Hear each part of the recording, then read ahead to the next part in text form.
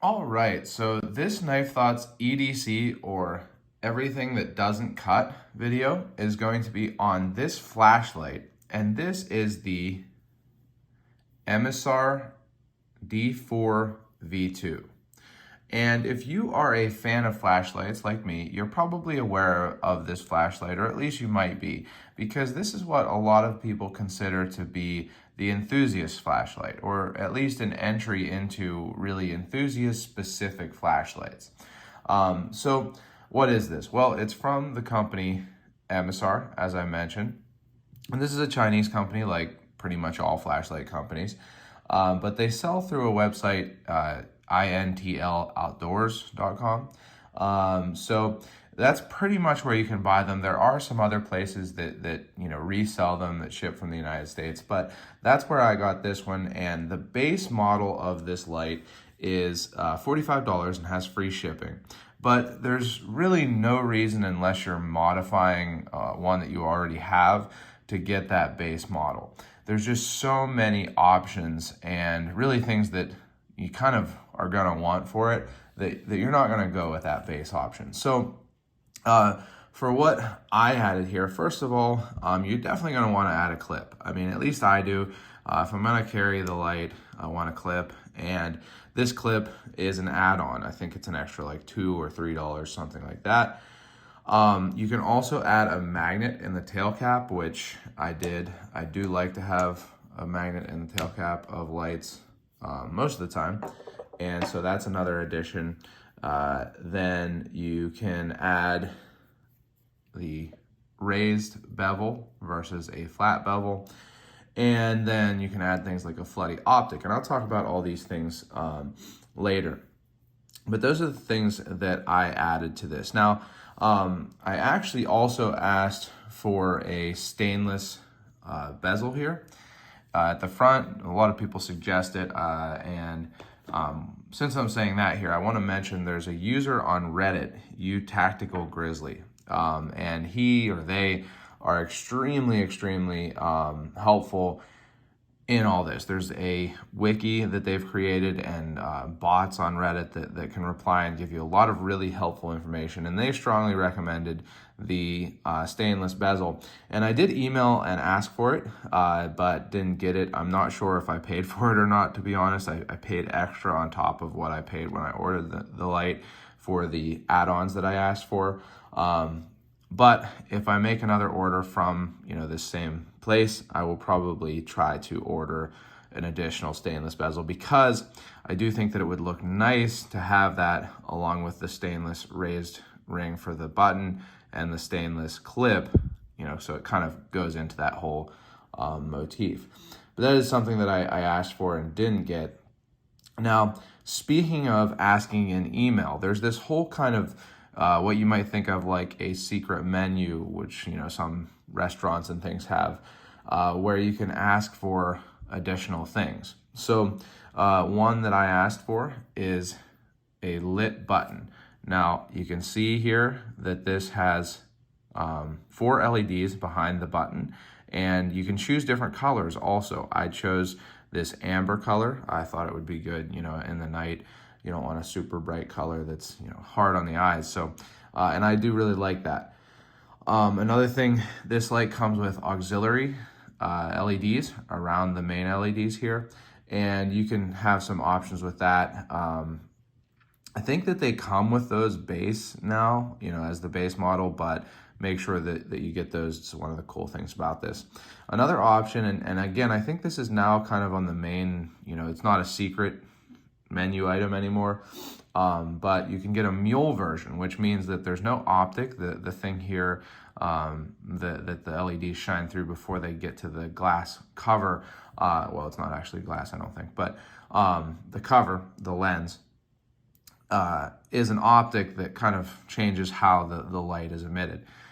You can get a mule where there is no optic, and there are actually, instead of 4 LEDs, 4 main LEDs, there are 8 main LEDs and no auxiliary LEDs. So that's one option if you just want pure flood. I mean, pure just dispersed light. I thought about getting that. I do think that I want to get a mule of some sort at some point, but I didn't on this. You can also combine different body parts, so they make a titanium version of this, and then different other, copper and things like that. So you can combine different, materials for the body. I didn't really want to do that. I like this cyan color, which is the color that I went with of aluminum here. This is cyan aluminum. You can also change the drivers. This is something that I'm very much still learning about. I don't really know a whole lot about the drivers that actually run the light. And then you can get colored LEDs, although I don't believe you can mix a colored LED as in red, I think they have green and maybe blue, with non-colored LEDs. Now they also have, and this is actually also not on the secret menu anymore, this is now just an option, they have tint ramping, which is something when I was ordering this, I had no idea what that was. Now I think I kind of want to get a light with that also.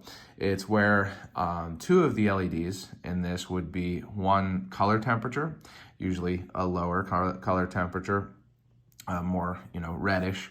And then two of them would be another LED that would have a different color temperature, usually more bluish, a higher color temperature. And then it can actually ramp between those, two different sets of LEDs to change the tint, which is, unnecessary in most or all cases, but it certainly sounds cool. So that's an option that's available. And what you do is you email and, let Hank, who is the person who puts these flashlights together, know what you want. And, he actually builds the lights and can charge you extra if necessary. So I paid an extra like $6 over the normal, price. It ended up being $59 because of the things that I chose. So, that's certainly, a little bit more than the normal, but the base 45, I don't think there's a whole lot of reason to order it at that base price. Now, moving on to one of the coolest things about this light is that it has Anduril, the Anduril UI, user interface. So Anduril, first of all, I love Lord of the Rings, pretty much everything Tolkien, and Anduril is the name of a sword in that, and so I think that's cool. But anyway, this is one of the more enthusiast-focused user interfaces. First of all, there's two different versions. There's an older version, Anduril 1, and now there's Anduril 2, and I think it's generally suggested you should get 2. And you can request that to make sure that you get that. I did that. Certain drivers come with it, certain drivers seem to not come with it. Again, I'm not super, knowledgeable on the drivers, so I'm not sure what the deal is with that. But this comes in a simple mode, and I'm going to put a diagram up on the screen here for a few seconds while I talk, just to give you an idea of how complicated this can be or how uncomplicated. And it does come in the simple mode, which is still better than most user interfaces for most flashlights. It still has ramping and direct to high, direct to low. And you can still use the auxiliary LEDs. But when you get into the more complex or advanced mode, you have a lot more options. Things like voltage check. So I actually have my auxiliary LEDs set to be showing the current voltage of the battery. So it basically shows you how much battery, life you have left. And I will also put a diagram for that showing the different colors and what they mean here, because I can never remember all of it. I started to have like a kind of intuitive idea of how much is left. I think this is like getting towards halfway left on the battery with this blue and green LEDs happening at the same time.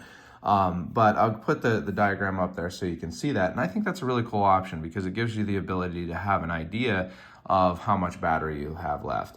And then there are things like candle mode. So I'm gonna put this on and show it to you here. Hopefully it won't be too bright. So this is on a candle mode right now, and you can see how it's changing. Now I actually have used this candle mode a lot. What this is kind of a random change in brightness, but you can actually change the kind of base brightness of this. So if I hold the button, it'll get brighter, but keep doing that. And then if I one hold, which is click and then hold, it'll go down real low. And I do think that this is a really cool mode. It's nice in the dark, you know, kind of makes you feel like you have a candle. I think that the random changes are a little bit faster than an actual candle would be. So I do think that the random, you know, changes of you know, brightness, intensity, or whatever, could be a little bit slower. But then there's all kinds of other strobes. I'm not going to show you them all. There's like a party strobe, a tactical strobe, and on those you can actually change the frequency of the strobe. So you might be able to do that on this candle. I'll have to look into it, and you can check out that diagram that I put up also. I'll put a link to a really helpful website that I've been using to understand this user interface in the description. But I really do like this candle mode. There's also like a lightning storm mode that makes it look like there's a lightning storm happening. So all those things are really unnecessary, but they are kind of cool. And it is, like I said, an enthusiast flashlight. Now, the other thing is that the ramping is really nice. Now, some, you know, lights that don't have Anduril have ramping. And sorry for the clock chiming in the background there. I thought that I had turned that off. I am not real sure how to turn it off, apparently. But this does have ramping. Some others do, but I do like the ramping. So you hold down, it'll go up. You can hold down again, it'll go down. If you just press, it'll go up. But you can also just from on, click and hold, and it'll go straight down. So I like to have that.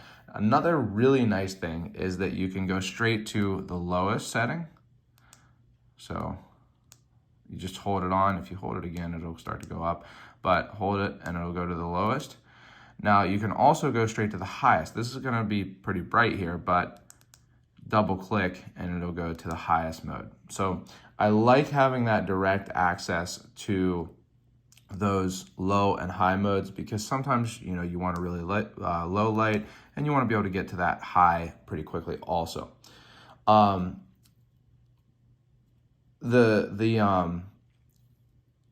The other thing about the ramping is it's really nice to be able to choose the specific, you know, brightness. Some lights you can only choose like 1%, 5%, 20%, 50%, 100%, and those can be kind of big jumps, particularly when you are working in a low light situation and want to read something or things like that. So I like the ramping a lot. Now, there's all kinds of other things in this Anduril, and I'm not going to go into all of it, but basically it allows you to customize how you can use this flashlight a lot more than really any other flashlight gives the option to. And it's even so advanced that, you know, you can do updates to it. You can actually attach like, you know, wires and update the user interface. I haven't done that. I don't really plan to do that, but it's amazing how advanced these are. Now, moving on to some things that I'm not the biggest fan of on this light are that I do wish that it had an attached clip. So you can see this is like a tension clip, and you know, it will come off, but it's pretty good. Now, I'm not complaining about this clip in particular per se. I think that this is a fine clip. I haven't had any issue with it. It hasn't come out of my pocket or anything like that. But some lights have a clip that's actually screwed into the body, basically, either with screws or between the body tube and the end cap. I think that just maybe is like, feels a little bit nicer, so I wouldn't hate having that on this. But moving on to another thing here is that I was surprised to find how little you have to unscrew either the head or the end cap for it to turn off. So I'm gonna just very slowly start unscrewing this, and it's like right away. Now, of course, you know, you can use that as a mechanical lockout, but you can see it's like real quick. So I think that's a little bit of a surprise to me. I don't know if that means that it has good machining or what, but you can see how far I have to actually unscrew it to unlock it, or to open it, not unlock it. And then screwing it all the way back in, you'll see when these LEDs come back on, still not connected, and now it's back on. So I haven't had it, you know, unscrew itself in my pocket or anything like that, but I was just kind of surprised to see how, you know, little you have to unscrew it for it to lose connection.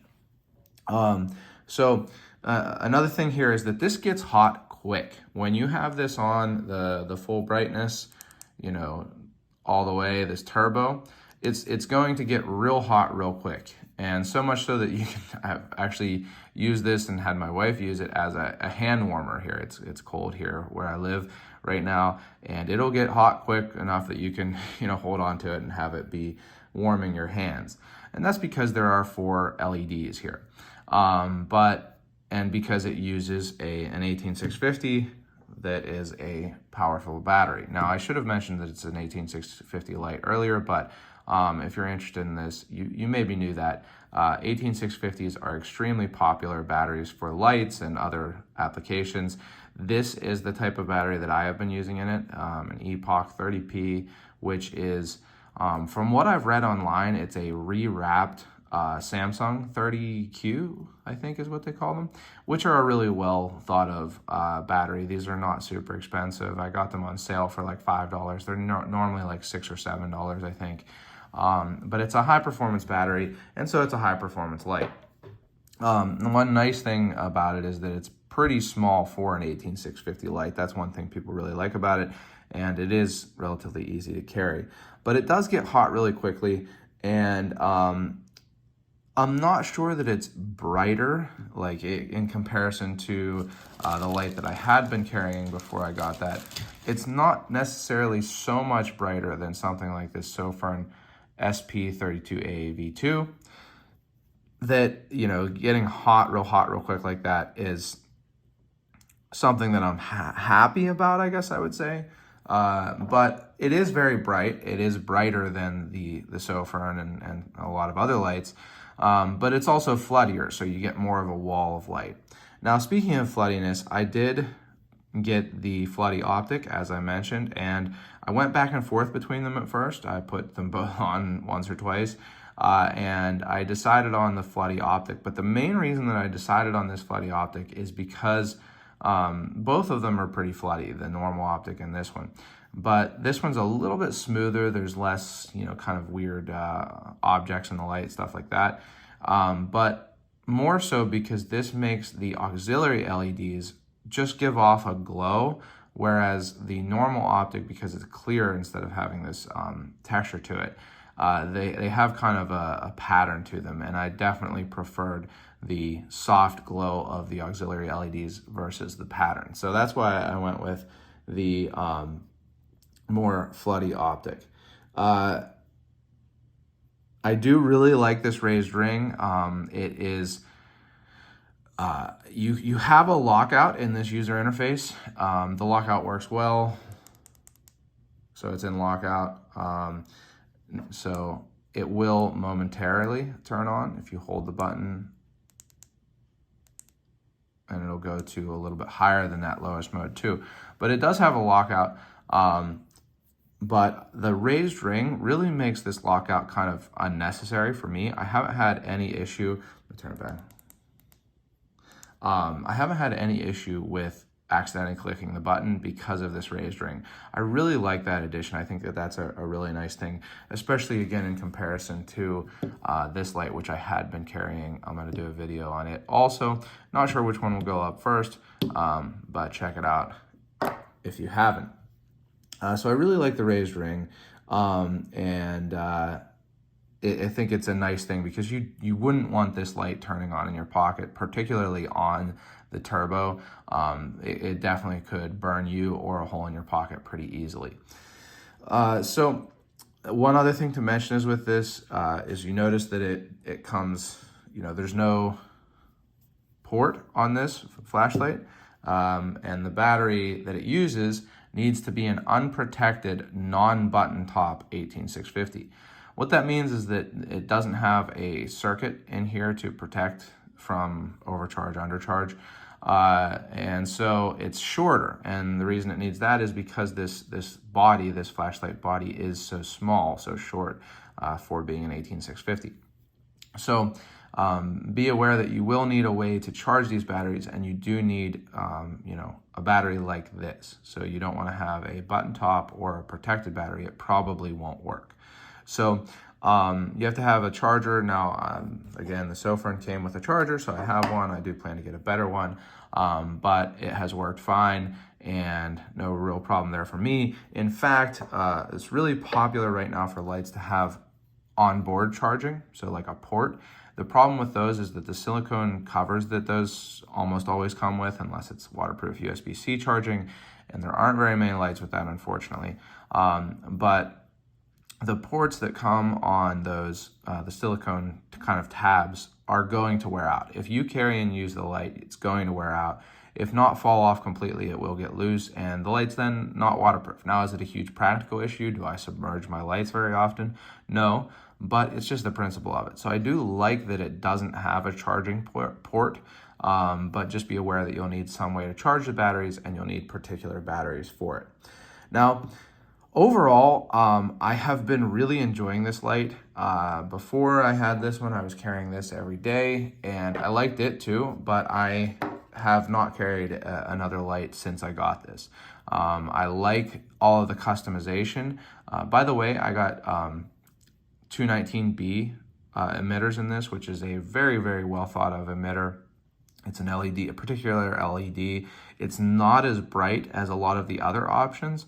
And if you're interested in getting one of these and aren't sure what LED, don't take my suggestions.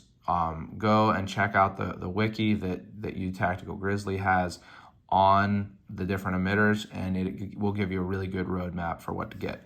I got these 219Bs because they seem relatively hard to get. I guess they might be discontinued or at least not in production, and they were available. A lot of people really like the tint of them. They're kind of a rosy tint, and I do like it. At first, I thought that it was overly rosy, too rosy for me, too reddish colored.